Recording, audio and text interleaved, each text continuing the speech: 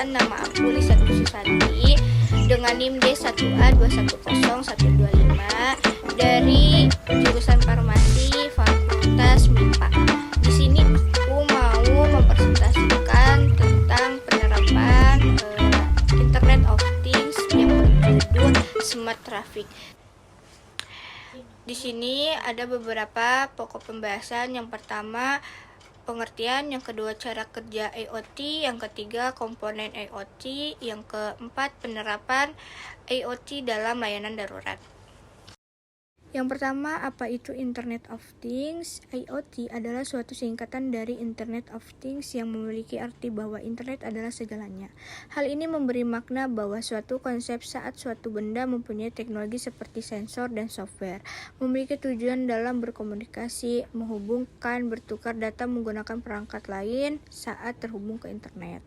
IoT adalah salah satu teknologi memiliki hubungan erat terhadap istilah M2M. Alat yang digunakan pada M2M mampu berkomunikasi sehingga disebut smart device atau perangkat cerdas. Cara kerja Internet of Things adalah sistem IoT yang umum bekerja melalui pengumpulan dan pertukaran data dalam waktu nyata. Beberapa komponen dalam cara kerja Internet of Things. Yang pertama, perangkat pintar. Ini adalah perangkat seperti televisi, kamera keamanan, atau peralatan latihan yang telah diberi kemampuan komputasi. Yang kedua, ada aplikasi IoT. Aplikasi IoT merupakan kumpulan layanan dan perangkat lunak yang mengintegrasikan data yang diterima dari berbagai perangkat IoT. Yang ketiga, ada antarmuka pengguna grafis. Perangkat IoT atau perangkat dapat dikelola melalui antarmuka pengguna grafis. Contoh umumnya termasuk aplikasi seluler atau situs web yang dapat digunakan untuk mendaftarkan dan mengontrol perangkat pintar. Ketiga, menjelaskan tentang komponen IoT. Pertama, ada sensor. Sensor adalah salah satu hal memiliki fungsi dalam pengambilan data dari suatu objek. Yang kedua, konektivitas adalah untuk mengirimkan data yang diambil dari sensor tersebut, maka memerlukan jaringan internet sebagai medianya. Yang ketiga, data olahan. Setelah melalui pengiriman yang mana memerlukan konektivitas, maka selanjutnya adalah data didapat akan melalui proses pengolahan sebelum terjadinya dan terbentuknya suatu perintah. Yang keempat, ada user interface, adalah penggunaan teknologi pengenalan tersebut biasanya digunakan pada smart device seperti smartphone, tablet, dan komputer. Yang keempat, menjelaskan tentang penerapan sistem kontrol lampu lalu lintas untuk layanan darurat berbasis Internet of Things. Adalah sistem yang menggunakan teknologi IoT untuk mengontrol dan mengelola lampu lalu lintas dalam situasi darurat.